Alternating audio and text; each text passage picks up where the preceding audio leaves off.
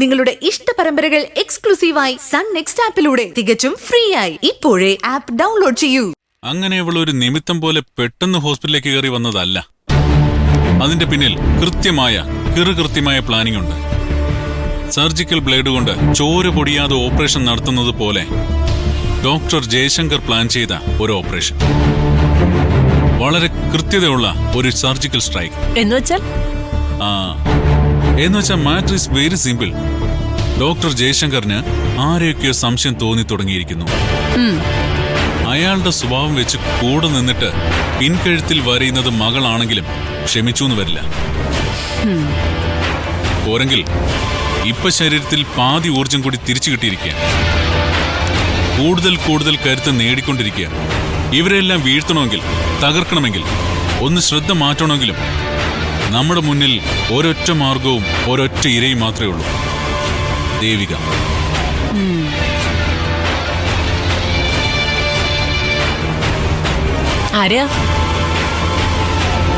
ദേവികയുടെ ഏറ്റവും വലിയ ശത്രുവിനെ. ശത്രുവിന്റെ ശത്രു മിത്രമെന്നല്ലേ? അങ്ങനെ ഒരാളെ മുൻനിർത്തി ഒരു കളി കളിക്കാം. ശരത് അവനെയാണോ? Yes, exactly. ഡോക്ടർ ഒന്ന് സൂക്ഷിച്ചോണം. എന്റെ ഒരു പോളിസി ഡോക്ടർക്ക് അറിയാലോ. തെളിവുകളുടെ ഒരു ചോരപ്പാടും ഞാൻ ബാക്കി വെക്കാറില്ല. If there is no evidence, a crime is not a crime. Doctor വിട്ടോ.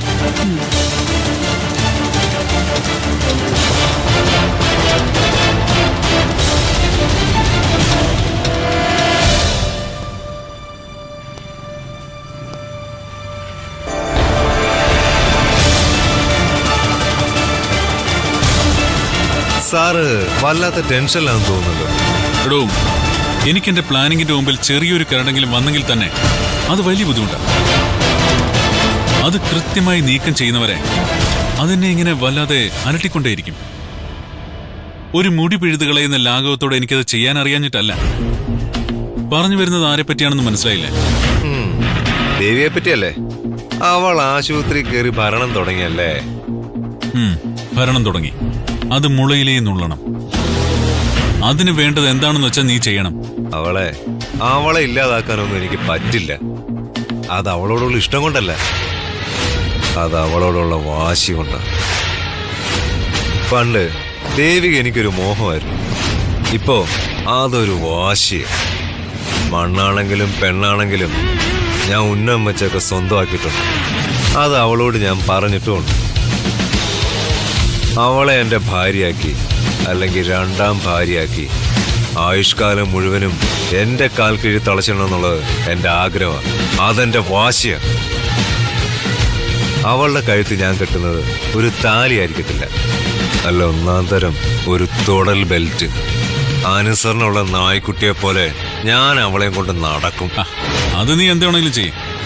പക്ഷേ ഹോസ്പിറ്റലിൽ അവൾ വരാതിരിക്കാനുള്ള വഴി നോക്കണം. ജീവൻ മാത്രം ബാക്കി വെച്ച് എന്തെങ്കിലും ചെയ്യാൻ പറ്റുമെങ്കിൽ നീ ചെയ്യും. നിനക്ക് അവളുടെ ജീവനല്ലേ വേണ്ടത്, ജീവിതം. എന്റെ കുറച്ച് ഓപ്പറേഷൻ നടക്കുന്നവരെ ദേവിക ഹോസ്പിറ്റലിലേക്ക് വരാൻ പാടില്ല. മനസ്സിലായോ? മനസ്സിലായി. പയ്യന്മാരെ ഇറക്കാം, ഒരു പാണി അങ്ങോട്ട് കൊടുത്തേക്കാം. പയ്യന്മാരോ? ആര്?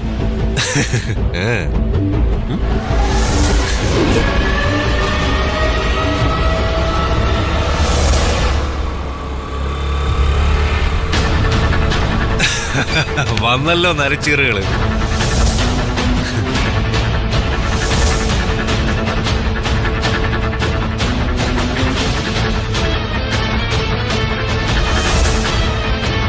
എന്താ പെട്ടെന്ന് കാണണോന്ന് പറഞ്ഞേ? പുതിയ പണിയുണ്ടോ സാറേ? പണിയുണ്ടാ.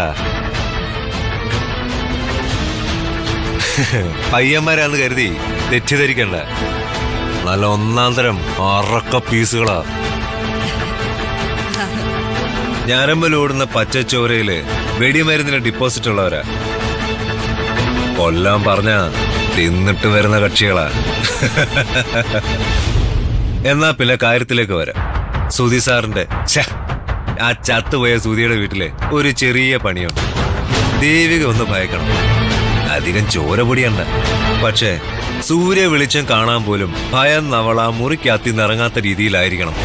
മനസ്സിലായോ? മനസ്സിലായി. എടോ ഇവര് പോയിട്ട് പാളിപ്പോയ സാർ ഞങ്ങൾ അത്ര പിടിയില്ലാന്ന് തോന്നുന്നു. ഞങ്ങൾക്ക് അങ്ങനെ പാളത്തില്ല സാറേ. ഇനിയും പാളി പോയാൽ തന്നെ നമ്മുടെ ഒന്നും പേരാമാര് പറയത്തില്ല. ഒരു മോഷണ ശ്രമം അല്ലടാ.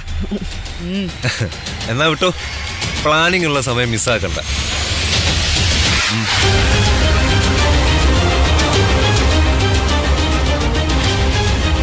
ഉറങ്ങാതെ കാത്തിരിക്കണം ഒരു സന്തോഷ വാർത്ത കേൾക്കാൻ.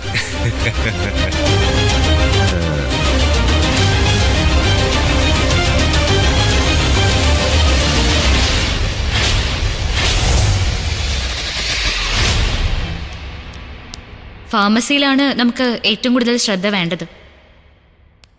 നമ്മൾ കൊടുക്കുന്ന മരുന്നിലാണ് മറ്റുള്ളവരുടെ ജീവനും ജീവിതവും ഒക്കെ. അത് മാറിപ്പോവാൻ പാടില്ല. ഞാൻ പറയാതെ തന്നെ അറിയാലോ, അത്തരൊരു ദുരന്തത്തിന് ഇരയാ ഞാൻ.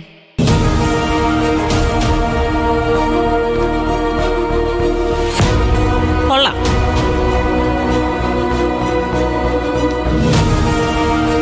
ഈ മരുന്നിന്റെ കാര്യവും മരുന്ന് മാറിപ്പോകാതെ നോക്കേണ്ട ബാധ്യതയൊക്കെ ഡോക്ടർമാരുടെ ജോലിയാണ്. തന്നിരിക്കുന്ന ജോലി ഫാർമസിയിൽ അത്യാവശ്യം ഒരു മേൽനോട്ടം മാത്രമല്ലേ. സൈറ്റുകളിലൊക്കെ മെക്കാട് പണിയെടുക്കുന്നുണ്ടോ, മേസ്തിരി പണിയെടുക്കുന്നുണ്ടോ എന്നൊക്കെ നോക്കാനായിട്ട് സൂപ്പർവൈസർമാരില്ലേ, അതുപോലെ. അല്ലാതെ ഡോക്ടർമാരുടെ തലയ്ക്ക് മുകളിൽ കയറി പറക്കരുത്. ഞാൻ ആരുടെയും മുകളിൽ കയറി പറക്കുന്നൊന്നുമില്ല. ജയശങ്കർ സാർ എന്നെ ഏൽപ്പിച്ച ജോലിയായത്. അതിലുപരി അദ്ദേഹം എന്നോട് കാണിച്ച വിശ്വസ്തതയാണ്. പിന്നെ എന്റെ ഭർത്താവിന്റെ ജീവന്റെ കോമ്പൻസേഷൻ എന്നൊരു കാര്യം കൂടി ഇതിലുണ്ട്. ആ ആത്മാവിനോടും എനിക്ക് നീതി പുലർത്തണം. ചെയ്യുന്ന ജോലിയില് ഞാൻ 100% നീതി പാലിക്കും. ഞാൻ പറഞ്ഞതേ ഉള്ളൂ, നിന്റെ ഒരു ചെറിയ പിഴവ് മതി ജയശങ്കർ സാർ നൽകിയ ജോലി ടെർമിനേറ്റ് ചെയ്യാൻ അഡ്മിനിസ്ട്രേറ്റർ പദവിയുള്ള അക്ഷര മാഡത്തിന് കഴിയും. അങ്ങനെ ഭയമൊന്നും എനിക്കില്ല മാഡം. ഈ വെയിലും മഴയൊക്കെ ഒരുപാട് കൊണ്ടതാ. അതുകൊണ്ട് തന്നെ ഒരു ജോലി ഇല്ലെങ്കിൽ വേറൊരു ജോലി. ചെയ്യുന്ന ഏതൊരു ജോലിയിലും ആത്മാർത്ഥതയൊക്കെ ഉണ്ടാവും.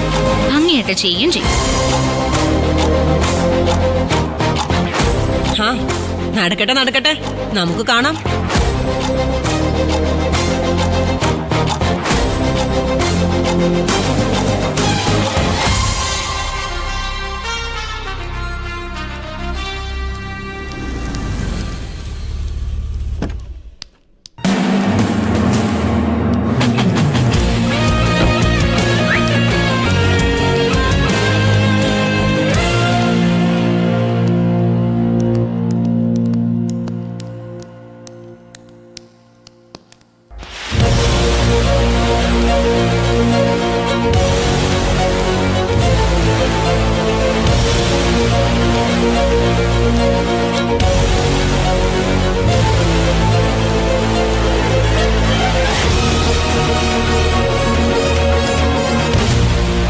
എന്നെ ഓർക്കുന്നുണ്ടോ?